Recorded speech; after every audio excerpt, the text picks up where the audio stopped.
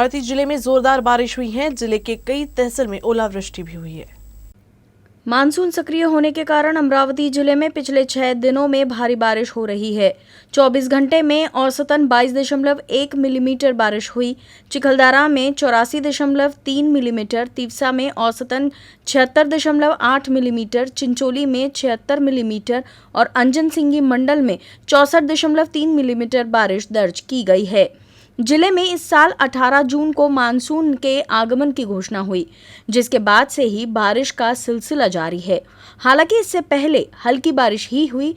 उसके बाद 4 जुलाई को सामान्य बारिश दर्ज की गई और उसके बाद से जिले में बूंदाबांदी हो रही है। जिले में अब तक 224.7 मिलीमीटर बारिश हो चुकी है। नांदगांव खंडेश्वर तहसील में औसत बारिश का 104.9%, तिवसा में 195.8%, मोर्शी में 108.7%, दरियापुर में 104.9%, अंजनगांव सूरजी में 108.2%, चांदुर बाजार में 131.6% और धामनगांव रेलवे तहसील में औसत की तुलना में 105% बारिश हुई। चिखलदरा, तिवसा, धामनगांव रेलवे, चिंचोली और अंजन सिंधी में भारी बारिश हुई है। इसके अलावा सेमाडोह, चुन्नी, वरखेड़, कुन्हा, वहा, वरूद, वरठोड़ा, राजूरा, भातकुली, दत्तापुर और तलेगांव दशासर मंडल में भी 40 से 50 मिलीमीटर बारिश हुई है। अमरावती जिले में भारी बारिश से जनजीवन पर भी असर हुआ है। धामनगांव रेलवे तहसील में मंगलूर, दस्तगीर, भातकुली, रेणुकापुर राजस्व मंडल अंतर्गत भारी नुकसान हुआ है। इस निर्वाचन क्षेत्र के विधायक प्रताप अड़सर ने बारिश से प्रभावित क्षेत्र का दौरा कर नुकसान का जायजा लिया। अमरावती जिले के धामनगांव रेलवे तहसील में भारी बारिश से जनजीवन पर असर हुआ है। मंगरूल, दस्तगीर, धामनगांव रेलवे, भातकुली, रेणुकापुर राजस्व मंडल में भारी बारिश के कारण 8 गांव में 3,500 हेक्टेयर खेत में पानी भर गया। 200 घरों में पानी घुस गया है। तहसील के निम्बोली गांव में भारी बारिश के कारण किसानों के खेतों में पानी घुस गया, जबकि उसी नाले के बहाव से कई घरों में पानी भर गया। अनाज गीला हो चुका है। विटाला के नाले के कारण घरों में घुटनों तक पानी भर गया है। यही हाल बोरगांव, ढांडे, रायपुर, कासरखेड़, भातकुली, बोरवागढ़, उसलगवाहन का था। किसानों के लिए खेत में जाना संभव नहीं है। बाढ़ जैसे हालात के बारे में खबर मिलने पर विधायक प्रताप अड़सर ने खुद ही ट्रैक्टर चलाकर प्रभावित लोगों की स्थिति का जायजा लेने पहुंचे। इस दौरान उन्होंने किसानों की समस्या को सुना।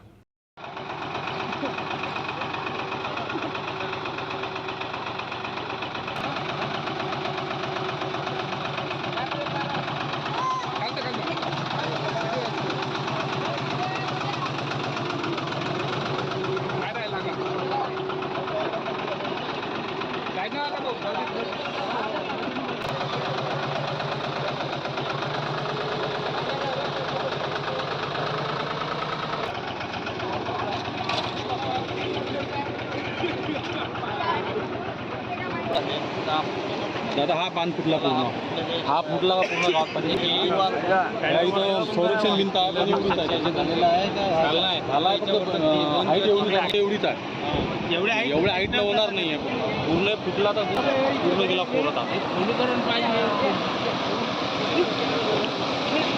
पूर्ण शेत गेले।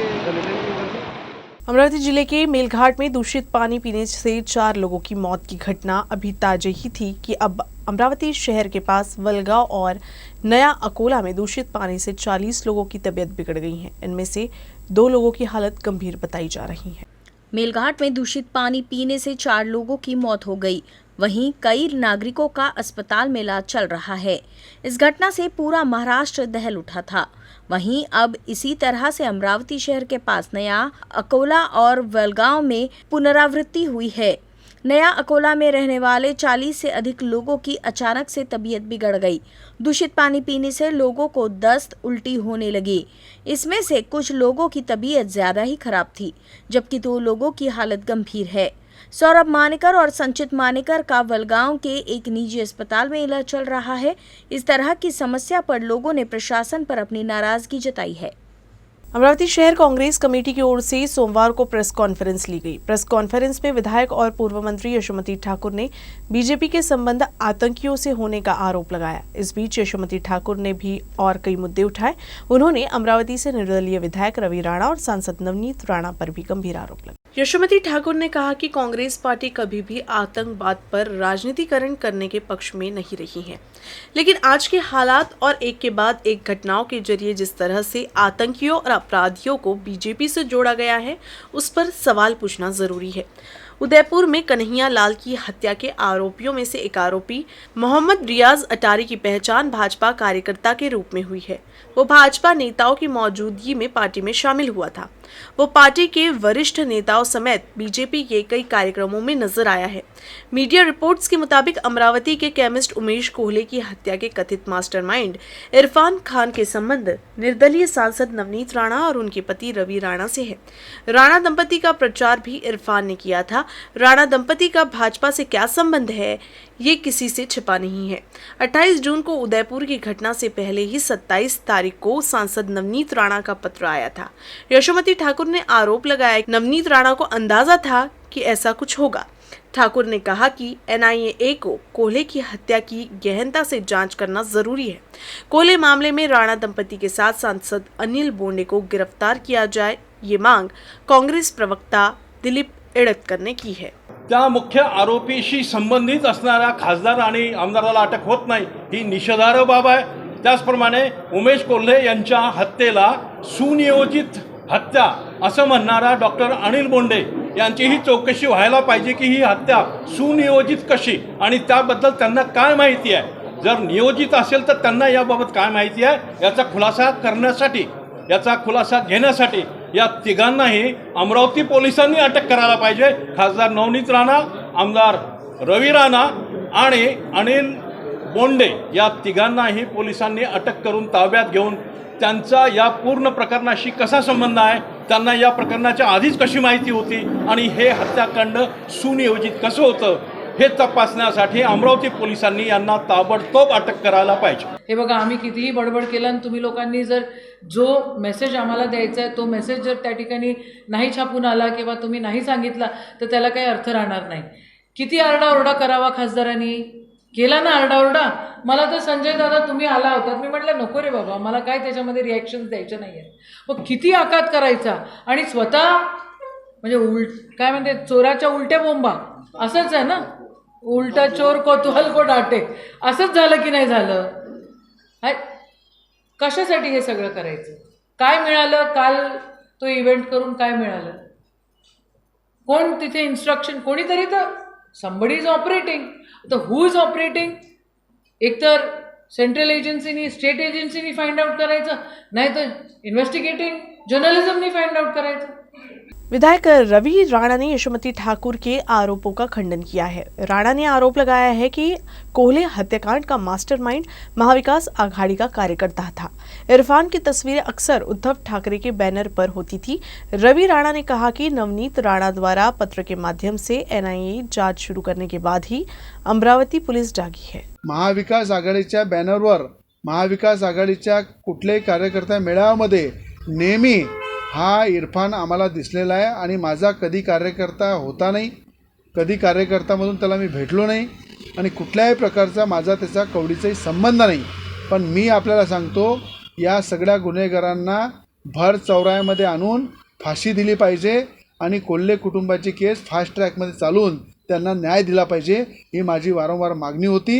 आणि एक हिंदू असे कोल्हे जे हिंदुत्वाचा विचार घेऊन समोर जात होते आणि त्या हिंदुत्वाचा खून करण्याचं काम ज्या मारेकऱ्यांनी केलं आहे त्यांना फाशी सजा झाली पाहिजे। आणि काँग्रेसचा एकसुद्धा नेता, एकसुद्धा आमदार, पालकमंत्री, माजी मंत्री कोणीही गेल्या 25 दिवसामध्ये कोल्हे कुटुंबाकडे का गेलं नाही?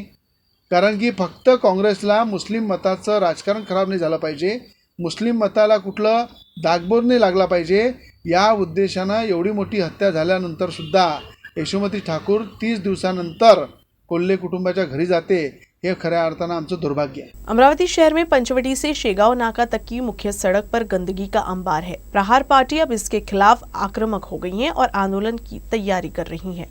पंचवटी से शेगांव नाका रोड जाने वाला रास्ता काफी व्यस्त रहता है।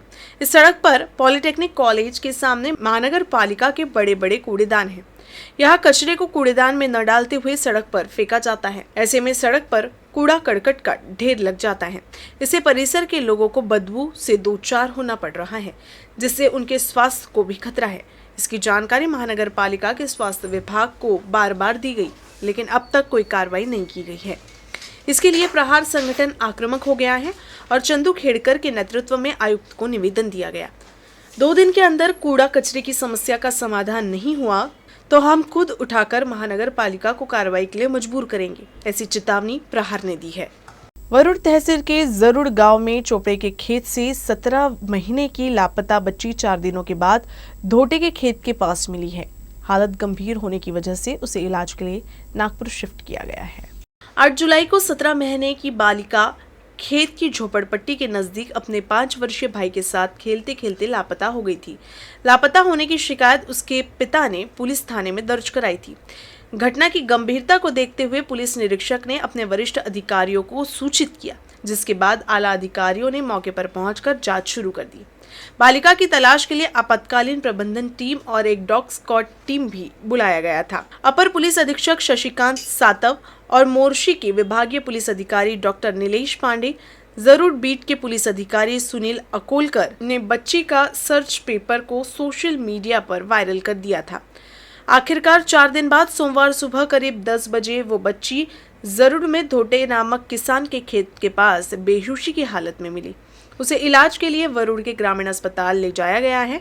बच्ची की हालत गंभीर है और उसे आगे के इलाज के लिए नागपुर भेज दिया गया है। विदर्भ सहित मध्य भारत का विश्वसनीय करण कोठारी ज्वेलर्स द्वारा अमरावती में एक प्रदर्शनी का आयोजन किया गया था। इस प्रदर्शनी का अमरावती वासियों ने भरपूर आनंद उठाया। करण कोठारी ज्वेलर्स द्वारा प्रदर्शनी का आयोजन अमरावती शहर के एक होटल में किया था। इस प्रकार का आयोजन हमेशा कोठारी ज्वेलर्स द्वारा किया जाता है, लेकिन कोरोना समय पर नहीं था, इसीलिए अब इसे फिर से शुरू कर दिया गया है। इसीलिए इस प्रदर्शनी को अच्छा रिस्पॉन्स मिला। लोगों का कोठारी ज्वेलर्स पर पिछले कई सालों से भरोसा है। करण कोठारी के प्रबंधक ने कहा कि यवतमाल में भी इस तरह की प्रदर्शनी का आयोजन किया जाएगा। अमरावतीच्या भरपूर आमचे जे कस्टमर आहेत त्यांच्या आग्रह खातर आपण इथे लावला आणि भयंकर गर्दी म्हणजे फुल हॉल सकाळपासून भरलेला आहे आणि आपल्या डिझाईन ज्या आहे, जे नवीन नवीन डिझाईन या लोकांना नवीन आले तर प्रत्येक कस्टमरला सांगत आहे की तुम्ही का लावलं आणि बा इतक्या दूर, तर आता तुम्ही नेहमी येत जा, 6 महिन्यांनी येत जा। तर लोकांचा भरपूर म्हणजे अमरावतीकरांचे मी तर हे म्हणजे मनापासून आभार मानेल की त्यांनी भरपूर गर्दी केली आणि आम्हाला चांगला प्रतिसाद दिला। 12 आणि 13 तारखेला यवतमाळला एक्झिबिशन आहे। यवतमाळच्या एक्झिबिशन मध्ये पण असं असेल कारण त्या ठिकाणी पण आमची अशीच आहे। विदर्भातली सगळ्यात मोठी दुकान म्हटली, सगळ्यात मोठा ब्रँड जर म्हणायचा म्हटला तर करण कोठारी ज्वेलर्स आपला विदर्भातला सर्वात मोठा ब्रँड आहे आणि करण कोठारी ज्वेलर्सची 3री पिढी चाललेली आहे।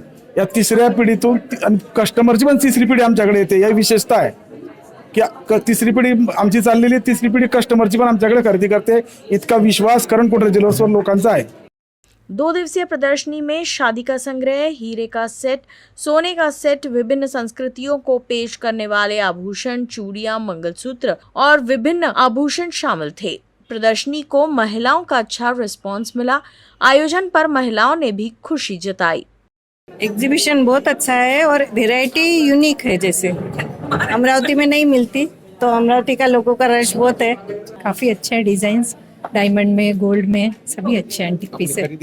हमने की है, हमने शॉपिंग भी की है। 2 दिन से आ रही हूँ एक्चुअली मैं, ये मेरा 4था राउंड है यहाँ पे।